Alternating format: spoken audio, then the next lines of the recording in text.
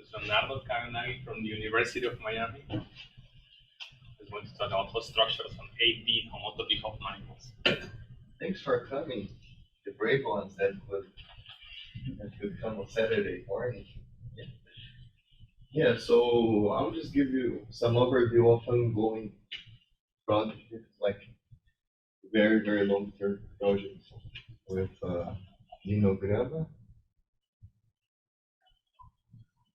from Unicamp, Brazil, and also Ludmil.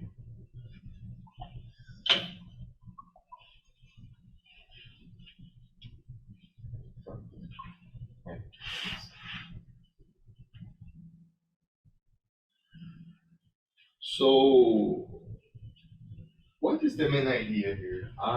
The main object that we are studying are these things that we call 8-dimensional homotopy Hopf manifolds. I will give a precise meaning of this, but for now, what I can say to you is that an homotopy Hopf manifold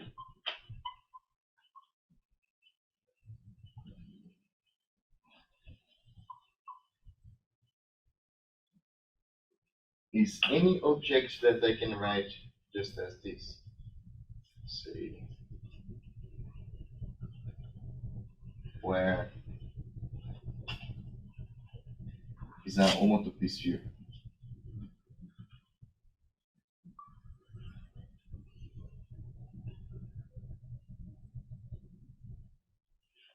So it's the cross product of homotopy sphere in odd dimension and the circle. And there is this result of Brick square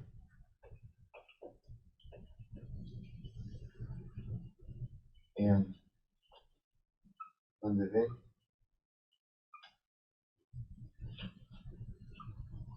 that says for each n greater or equal to 1, then this manifold carries this structure of a complex manifold.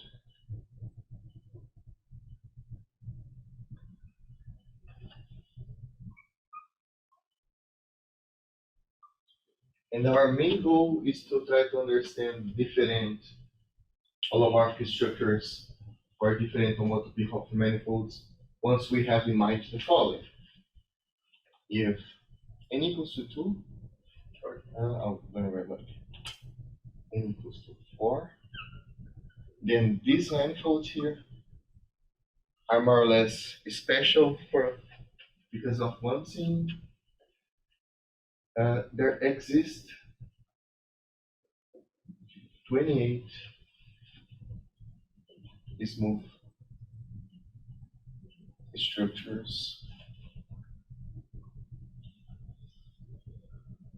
on this manifold for such.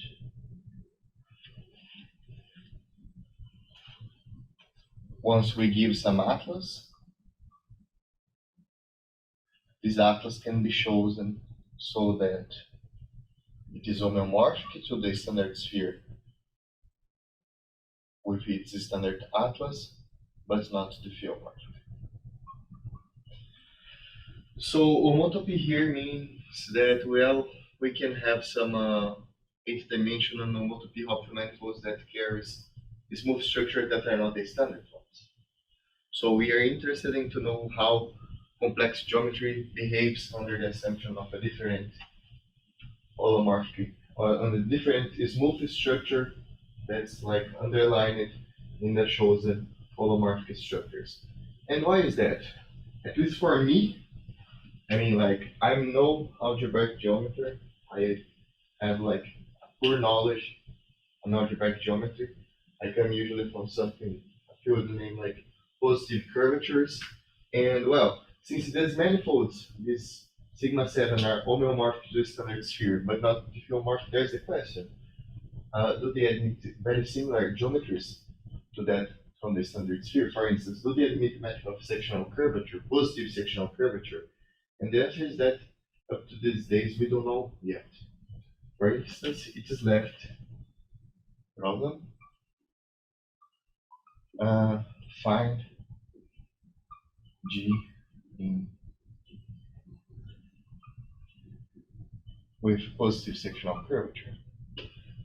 Well, there's You mean for all, or isn't there one example? no example. I remember announcement, Yeah, from there's and there are mistakes. there is this announcement of Fred Peterson, Fred Wilhelm Wilhelm. and Peter Peterson, and it's not like it's not fully accomplished. The question is that on their version, on archive, the first version, there was a mistake on some lemma. Mm-hmm. But here's the thing: this lemma was not used on the proof. It's like because they do a lot of deformations, and then the referee pointed the problem with this lemma, and I think that the referee just gave up. Like, this can happen, right? This was 2011, I guess. Yeah, 10 years ago. Right? Yeah, like 30. And since then, the thing around this? They updated the paper on archive, but the problem is that it's so long, it's like 100 pages to construct one metric. So it can be, it's like. One example, one of the Yeah, yes, exactly. And let me say, so we have this Peterson Wilhelm example that's named the Grama mirror. Exotic sphere that shall play some role here. It may be true, and I don't want to sound like disrespectful in no way here. It's just like it's very long paper, and people have to So read it's it. already resolved. Is it correct or not? Let's see. Yeah. It's not. It's probably right, but the technique following. is so. I don't follow. I mean, I remember at the beginning the announcement, then possible rules, and then I stopped following. Yeah.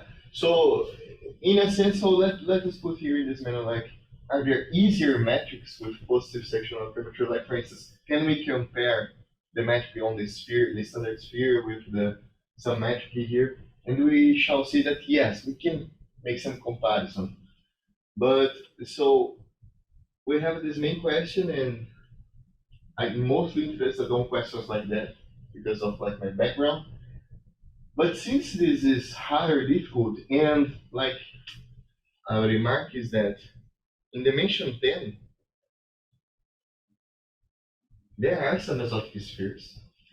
So there exist some exotic sphere, meaning that it's homeomorphic, but not diffeomorphic.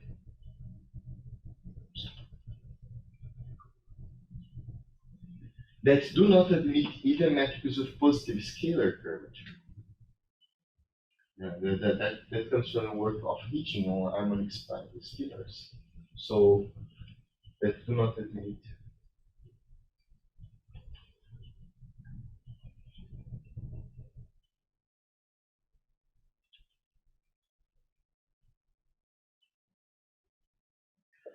So it's natural, like, to try to search for some possible invariants to try to distinguish smooth structures and their admissible geometries. That's what I'm most interested in. But there is something that people usually do that is on Patterson and Wilhelm's paper, that is try to do metric deformations. You pick the metric and then deform it with all the possible techniques that you know. But it seems that we lack understanding on how these admissible geometries work, so it's even harder to begin to start to perform deformations on the metrics. Because of this, an indirect manner is to exclude another kind of problems on this homotopy spheres, and so we started. So there is this question: what are the admissible scalar curvature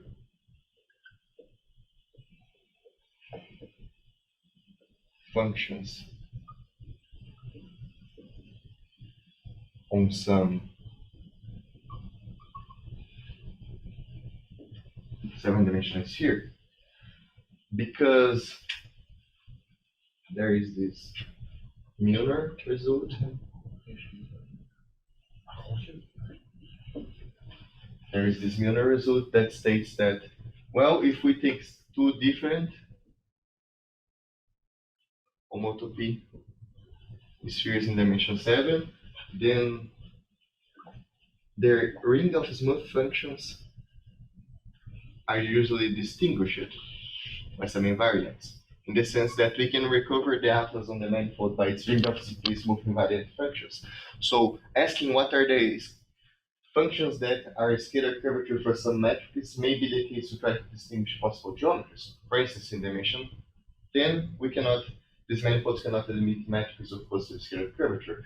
But in dimension 7, no obstruction is null. But indeed, every homotopy sphere in dimension 7 admit matrices with positive rich curvature, enhanced scalar curvature, and indeed they do admit every possible scalar curvature function, because of a result of Kazan-Warner says that if your manifold carries a matrix with positive scalar curvature, then every smooth function is admissible as the function for the scalar curvature for some metric on the manifold.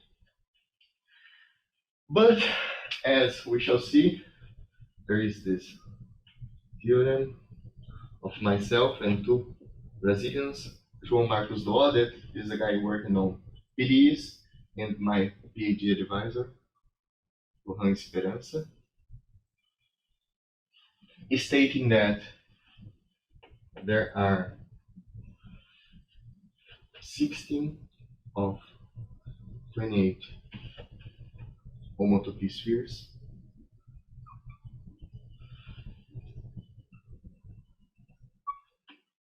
carrying an effective S3 action such that when we look to the ring of invariant functions on, let's say, this is isomorphic.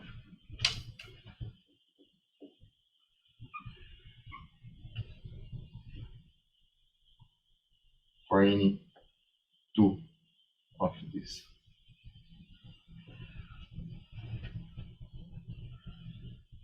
Let me say this, belonging to this 60. So if we impose some additional symmetry, for instance, there are 16 of 28 homotopy spheres that when we look to invariant functions, they admit the same ring. So we cannot distinguish more the ring. But even more, it not only this holds, but also if F is admissible, let me say, for sigma 7, then it is for sigma prime 7, and vice versa.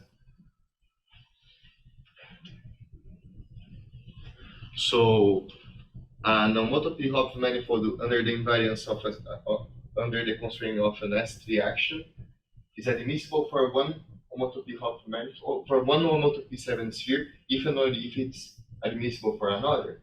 So in this sense, we cannot distinguish their scalar curvature geometry. This holds for 16 of the 28. But also then we could ask, what about the spectral geometry? Well, to their spectral geometry, another result holds. Like these 16s are exactly the spheres which admit S3, effective S3. Yeah. This is precisely. This shall play a major role here. So these are of the form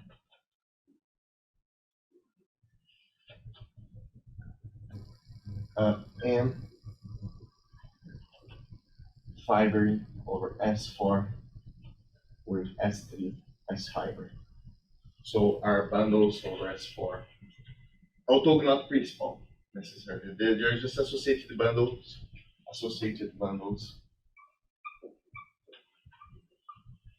to SO4 principal bundles.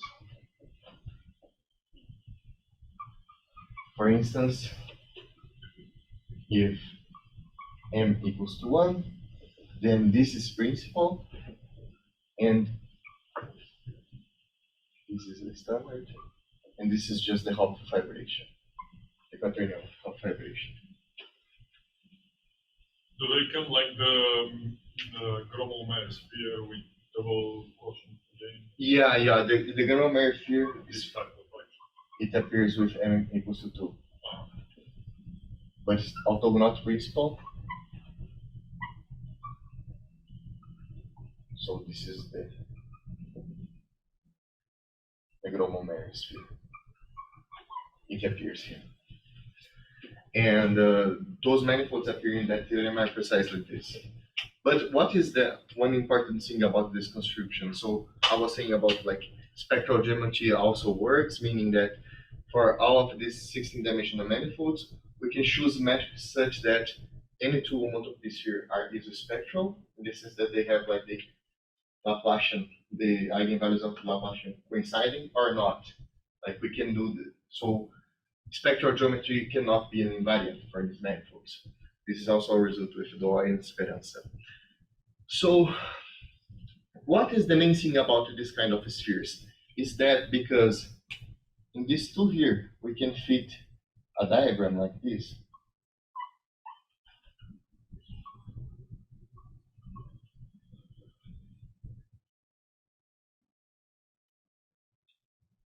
So we have sp2, and then we have two commuting S3 actions on these manifolds. So this is a principal bundle, and this is a principal bundle with basis S7 here, and fiber S3, and this is basis the Grama is not here, and fibers S3. They fit in the diagram like this, so because of this star action and bullet action, they are also taken to be commutative here. This action descends here, and that's the three action descends here, and they have isometric quotient.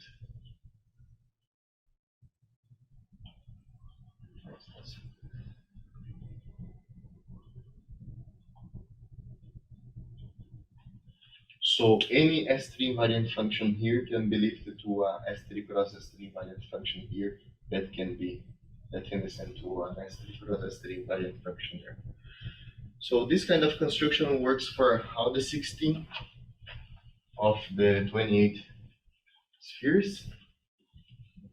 And a possible explanation to the phenomenon of distinguishing their geometries relies on something that's named duality. Meaning that we can build a diagram like this.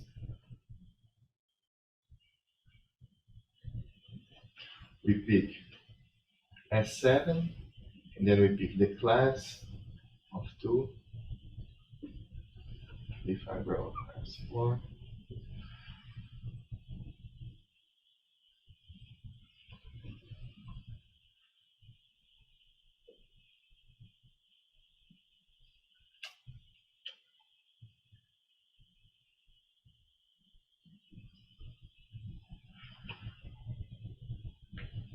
So we have this line.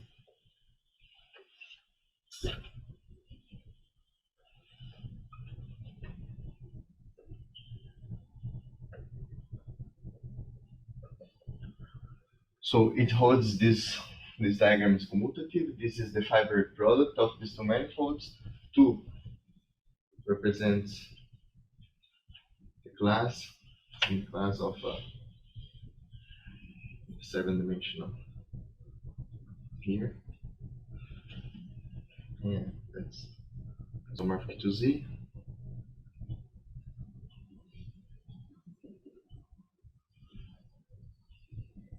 That's also isomorphic to Z. So this holds this duality diagram that was introduced. This concept was introduced by Buchnet, Evslin, and Matai that aims to generalize this duality for torus bundles, principal torus bundles. This work for sphere bundles, meaning that, well, we have like 2 fibrations over S4 with fibers S3, then we can find a correspondence space such that we can interchange there's some element in the 7 homology class because at the correspondence space this is 0. So a possible explanation to how this geometric data, when under the assumption of S3 invariance cannot be distinguished, is because they constitute this example of the duality. This is a result with Lino and Ludmil. And it ends up that we can make this duality holds for every of the 16-dimension homotopy spheres. In this case, for the standard sphere in Roma, don't you have like direct SP2 on top? No, that's a very good point. Yes, indeed, the correspondence space it can be made indeed diffeomorphic to SP2, although not like with actions. So the correspondence space is SP2. Yes, yes, this is the point. Yes, this is a good point. Because like every kind of duality over S4 can be realized like only on the manifold part, not considering charts as star diagrams, this kind of diagrams, and vice versa. So this is one thing that holds. So the correspondence space can be made diffeomorphic to SP2, and we have this kind of duality. So this suggests an explanation on why we can interchange every possible geometry. And also because they do satisfy this duality that can be encoded on some star diagrams, they realize some kind of Morita equivalence. So looking to S3, we cannot distinguish much like properties because everything that is invariant under this kind of Morita equivalence shall be not distinct from to the other space. So once this is posed, it becomes the question, how can we study like complex geometry on these objects? Study complex geometry, but now since we have something that is order dimensional, we must take S1 plus S7. One remark though is that if we take S3 cross S7, this is always diffeomorphic to S3 cross S7. This is a result of the sapio. But if we take also, for instance, S2, although this does not carry any complex structure, this is also diffeomorphic. So it comes also with a suggestion that S1 is the natural factor to take products to perhaps that distinguish things. Okay, so we have then that their geometries are very compatible. They fit some kind of duality that has something to do with some foundations of mirror symmetry, perhaps, if I can say in this manner. And then the idea is try to make some distinctions between complex structures on these Homotopy Hopf manifolds. That's our main goal.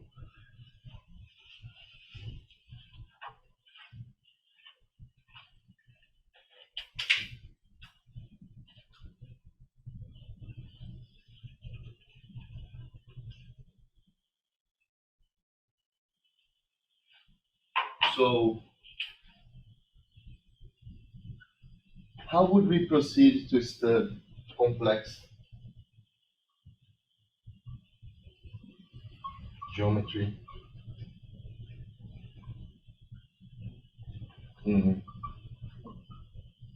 if the sigma 7 can be realized as for some m?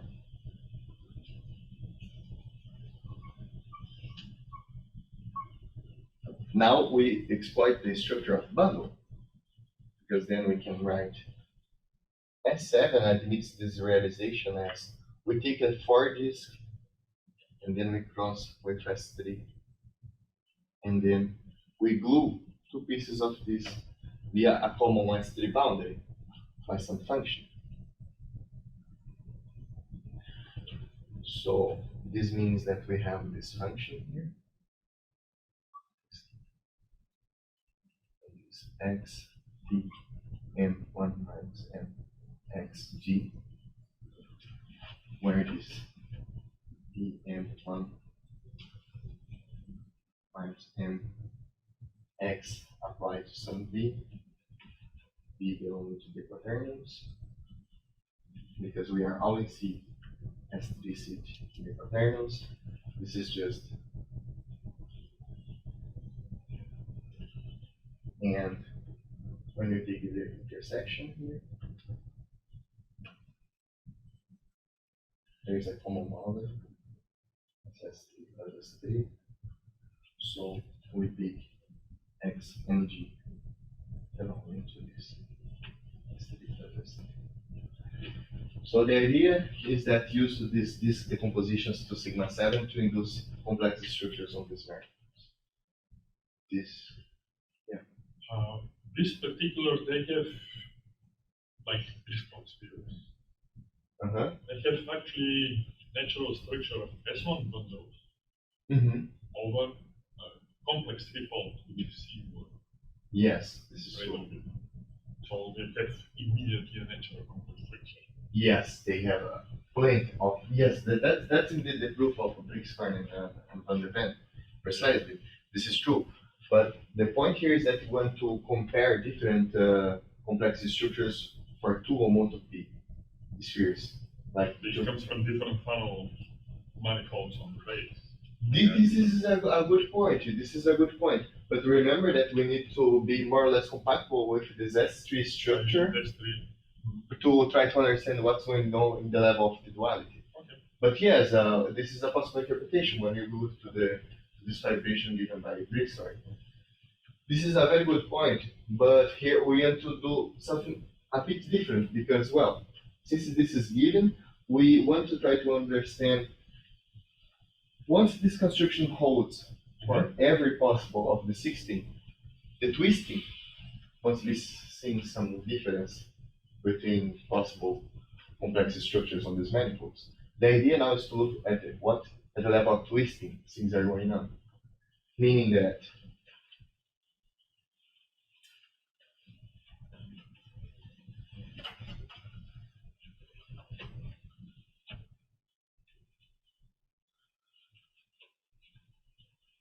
and a good point is that because these Brixfarns here, when we do this kind of approach, then the action cannot be coming from S3. We have to go to O3 instead. And when we go to the O3, then we can perceive a lot of differences indeed, right from the beginning. So we would like to look here what the role of the S3, because it is encoded the duality. And well, then we can make this decomposition.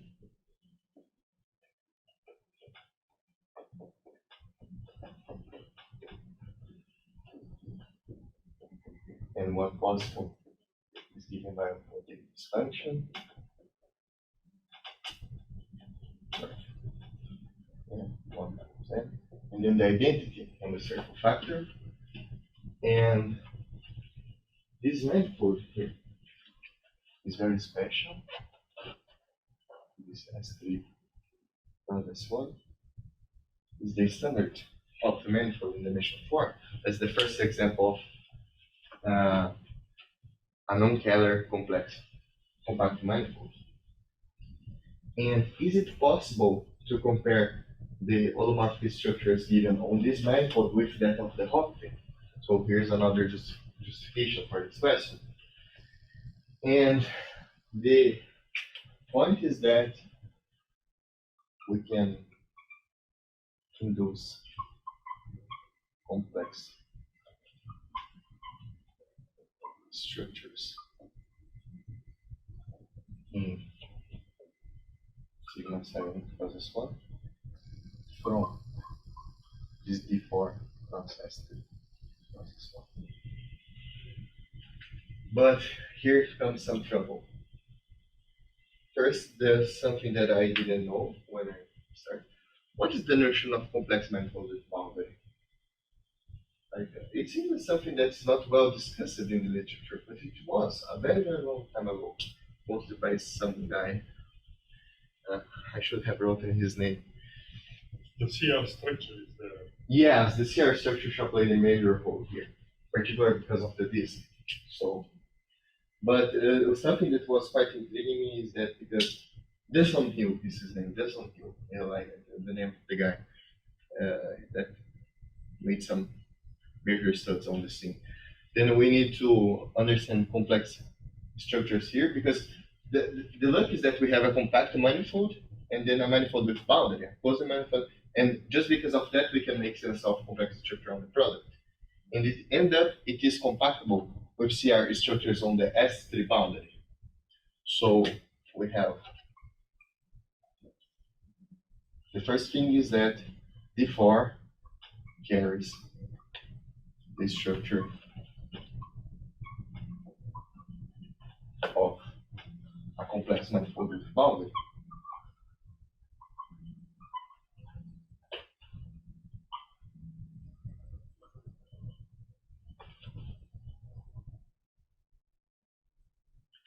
And moreover, if we take the moduli space of these complex structures, meaning all the possible complex structures modulo biolomorphism, this is in correspondence with CR structures on S3, mod like CR isomorphism, meaning to every possible 4-dimension bundles over S3 with a distinguished structure. That's how it's property. These moduli spaces are equivalent.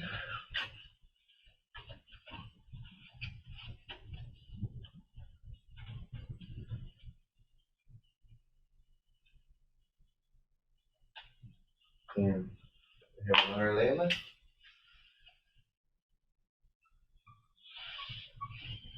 Well, then we can take some the moduli spaces. I'll just double check. H.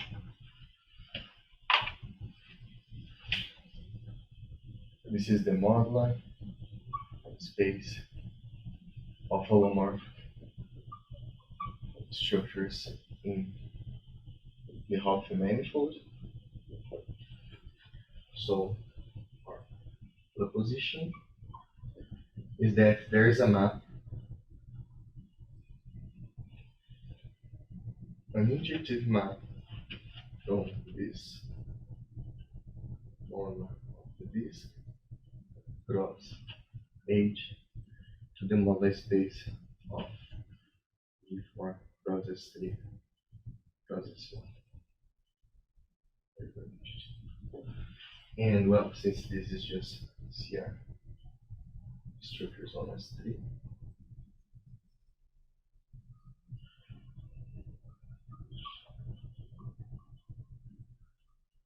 so we can establish like an intuitive relation between the moduli spaces of these two pieces. Now the idea is that can we smooth the complex structures here and here so that they can be glued accordingly and also be made smooth to promote a complex structure on this manifold. So once this is done, then we can start some subset in the moduli space of complex structure on that manifold that comes from these smaller pieces. So we can actually establish a relation between the moduli space of complex structures on the 4-dimensional Hopf manifold with this higher dimensional case. That's one of their goals. And it ends up that we can do this. We can smooth this, and this is a result that evokes a lot of differential topology, so that we can make non-homomorphic structure accordingly here. So this is the theory.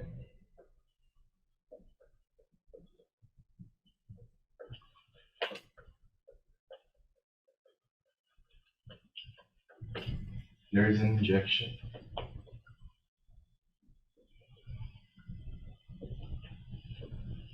between this moduli space of D4, that is just CR S3 cross the moduli space of Hopf to the moduli space of this sigma 7, no matter what sigma 7 is, as long as it can admit a realization as a bundle. By moduli space of sigma 7, you mean the complex structures on sigma 7 cross S1? Oh, sorry, yeah, sorry. Just to be sure. Yeah. I understand what that Yeah, sorry. Otherwise it would not be possible. Yeah, sorry. Yes, I mean this. And moreover, for any two like different,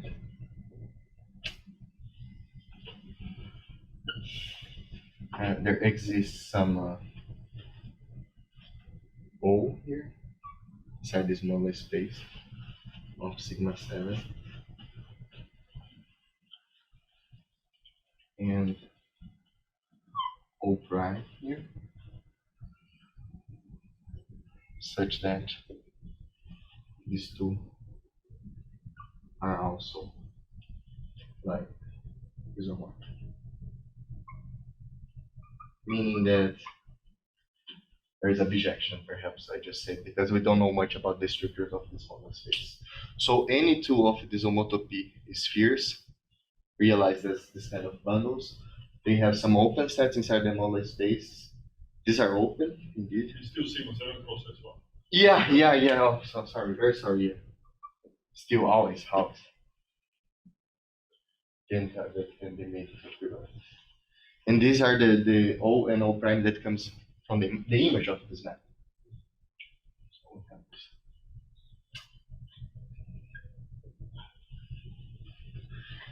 In particular, we can perhaps just the deformation theory on this moduli space coming from this part here. But that's something that starts to constrain. Okay, can you say something about the dimensions? Yeah. Yes, like this is infinite dimension.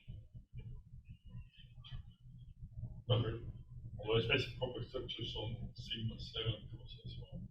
Yes, we have an injection, so this has positive dimension and is as large as the dimension of the CR structure on S3. So, I mean, CR structure, if I remember, yes, they are supposed to be dimension. Yeah.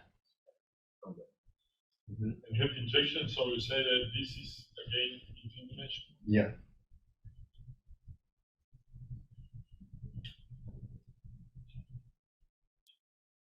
So as I remember from this island theories, we always had finite dimensionality for components. Yes, but deformation. I mean, moduli space means complex structures factored out by this diffeomorphism from homotopy to identity. So, and still, it's supposed to be like one dimension of H1 beta. That is the function sheet. Yes, but now I'm just considering every possible like biolomorphism. So it's not up to diffeomorphism. No. It's like up to. It's up to the biolomorphism indeed. We take like two holomorphic structures, and then we can take like the moduli spaces, and then we take like every possible holomorphic structures, and then we make the quotient over by say that two are equivalent by diffeomorphism. By biolomorphism. Well, I mean, if you have diffeomorphism which sends one structure to another, they can provide homomorphism. Yeah. But you're saying about this I don't know this result of like. No, but H1 T is going to be the dimension of this is going to be something that gives you an estimate of the dimension of because there could be obstructions. Exactly. Yeah. This is estimate from above by all means. So if I have to guess, 21. Okay. The dimension. The 21 or 22? So I mean, because we have the one dimension come from here, right?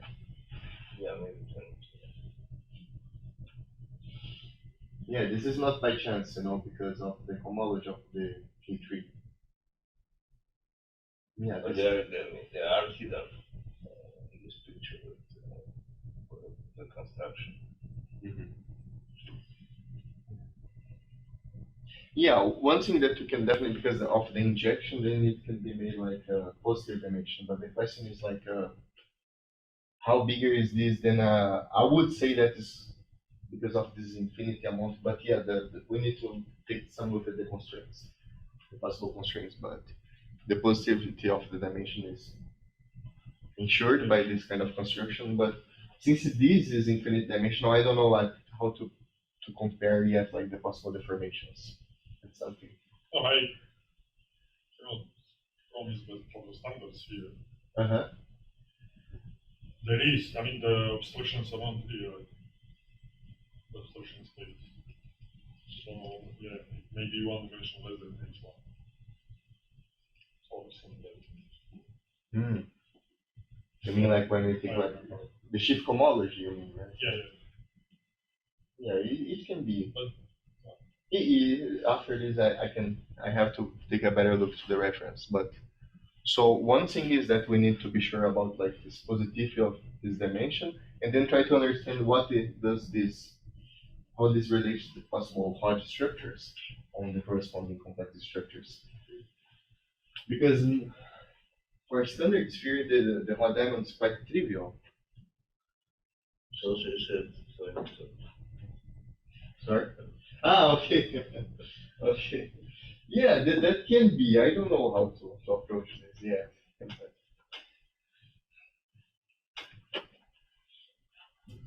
So we have this concept. And this is the only possible Hodge diamond. In this is a result of now. Like this. I take 1, 0, 1, 0, and 1, 0. Like this. This is the Hodge diamond. But for another homotopy with non-diffeomorphic tone, it can assume this form. So we can have something.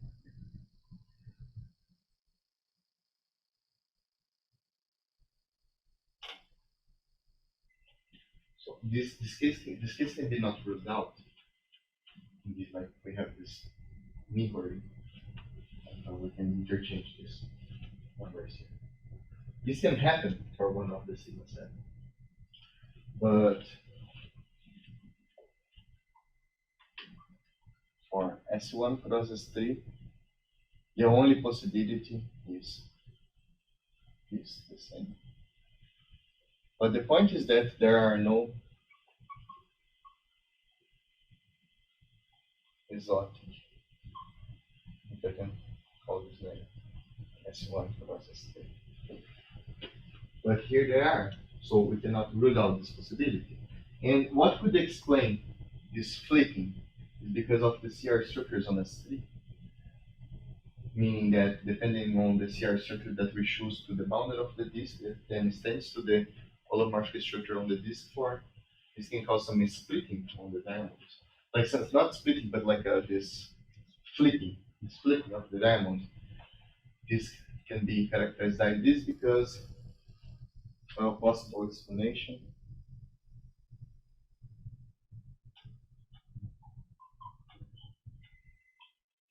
Because, well, the only non-trivial homology of the disk is the 0. That is 2. So whenever we choose some like the bad numbers and stuff, they can be, there is some torsion. And so no matter like the complex structure that you put here, and you need to study double homology for manifolds with boundary, that's something that still working on. But a possible explanation to this possible flipping is because of this homology and then the relation with the CR structures on S3.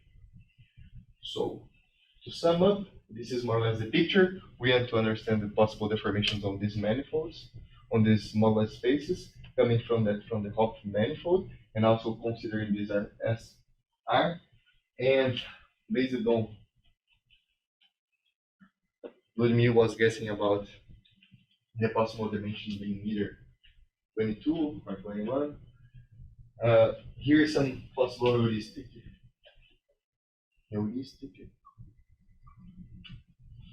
to the dimension of this, the image of G.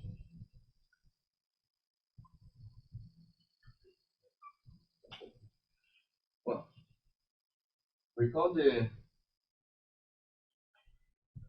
oriented three manifolds for this group. We take the group of three-dimensional oriented closed manifolds. This is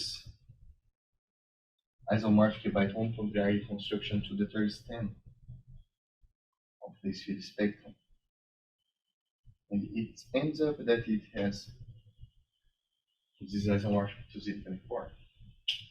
A generator for this third stem is the Hopf map, the class of the Hopf map. A generation for this. So this by 3FS core? No, or S. What is the stem? S? This is the sphere spectrum. We go to the third stem. The third stem of the sphere It's spectrum. not the sphere. Okay. Yeah, no, it's not the sphere, it's like this spectrum. And it ends up that when we get this S3 with the frame induced by left invariant frame on the S3, when we identify this with SU2 because of this Z24, then this holds the relation. But this class can be identified. This relation holds. Now pick the P3. It has Euler characteristic 24. Meaning that we can find a vector field with 24 zeros over there. If we now take like small balls supported on these 24 zeros and take this out, then the other characteristic would be 0 for the resulting manifold. Okay? And what testimony is this class of S3. Because then we get like K3 without 24 balls, giving us 24 X3s that promotes this relation. But then, because of the duality that we have seen,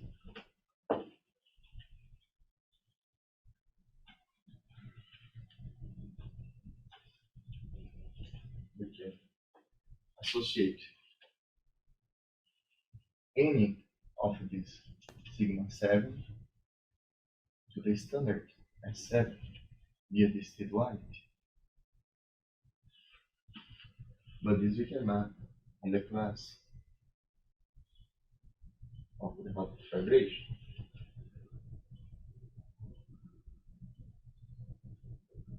So it's possible to construct a map here.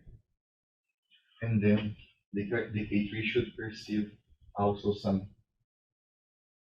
Bordism class related to any homotopy sphere. But something comes from Hopkins is that this class can be identified with the number 1 over 12 on the expansion Weierstrass function. Expansion.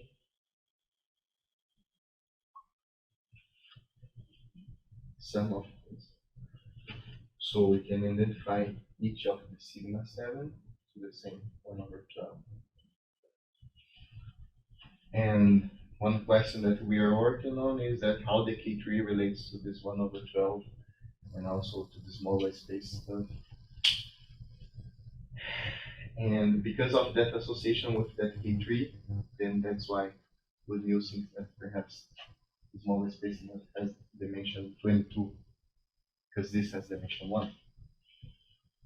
So, and the other non-trivial homology of the K3 is Z to the power of 2. So a possible explanation why these diamonds are constrained is that because they should come from diamonds of elliptic curves. I think we see that that's one possible idea. Like the diamonds from this Homotopy Hopf are constrained. One way to think is that suppose they are constrained because of the Hodge diamonds of some elliptic curves. And studying this moduli space on the lights of topological molar form theory and this Burgess stuff, perhaps gives us some hint about this direction. So I guess that this is pretty much what I want to talk to you today. Thank you very much for your attention.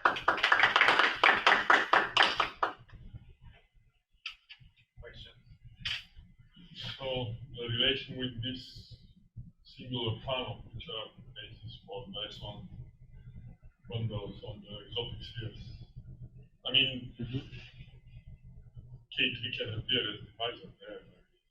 So what do you think about this one? The Briscoe spheres, they are realized as like links in CA. In? Polynomial in C. From C8, Uh, I believe. yeah, we were exploiting. C10. Oh, we were. Well, These are equations here, Ludmil. this is something related with these projective spaces. With We have these. This is 0 inside S9.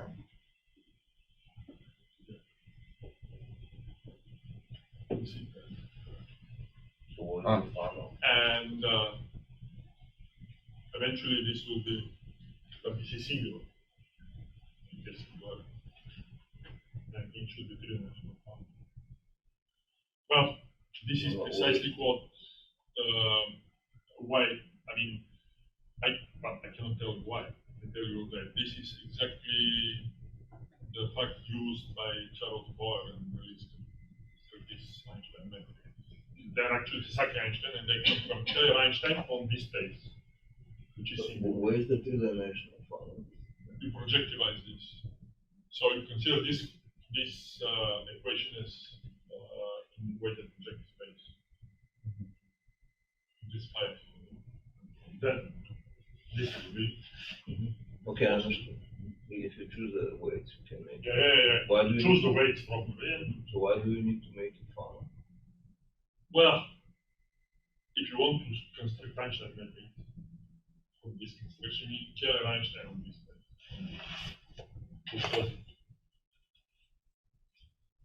I'm aware of this. Positive function plus positive.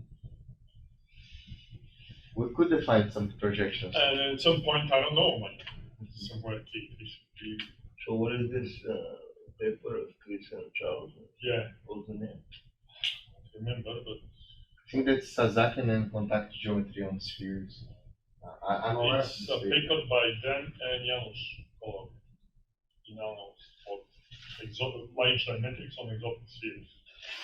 10 years ago. Yeah, I think that it's Sasaki structure. It's a second structure, but yeah.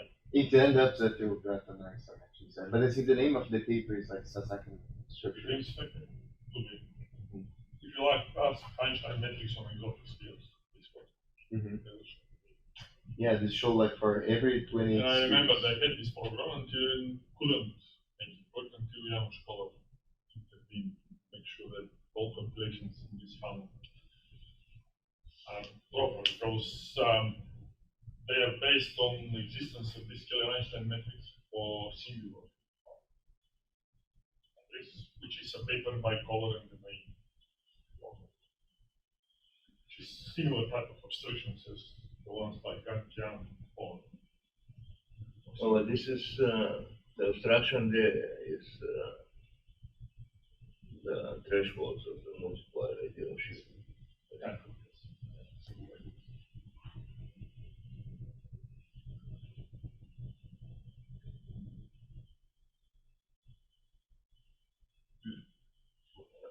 Explain this. Yeah, Because because, I should understand. yeah, because what we have is like something that's this realization, This weight bother me because it's kind of random. There are many ways for which you can get which one. That's true. No, you won't. It was a long time ago. I haven't checked. I mean, it's just a fact. But what do you mean, like the weights? I mean, there are different weights. I mean, many different weights for which you can get funnel. So in so this how type do of you weighted choose? projective space. How do you choose? You want And this so the equation theory to of fit. existence is very different. So I mean, I'm sure Janos is very well aware. So, Well, just don't tell him that he has taken almost a second geometry because something he has Yeah, what do you almost mean? as much as he has if you mix up his. the accents. No. Not the same. Okay, not exactly, but almost. All right. So thanks. So Okay.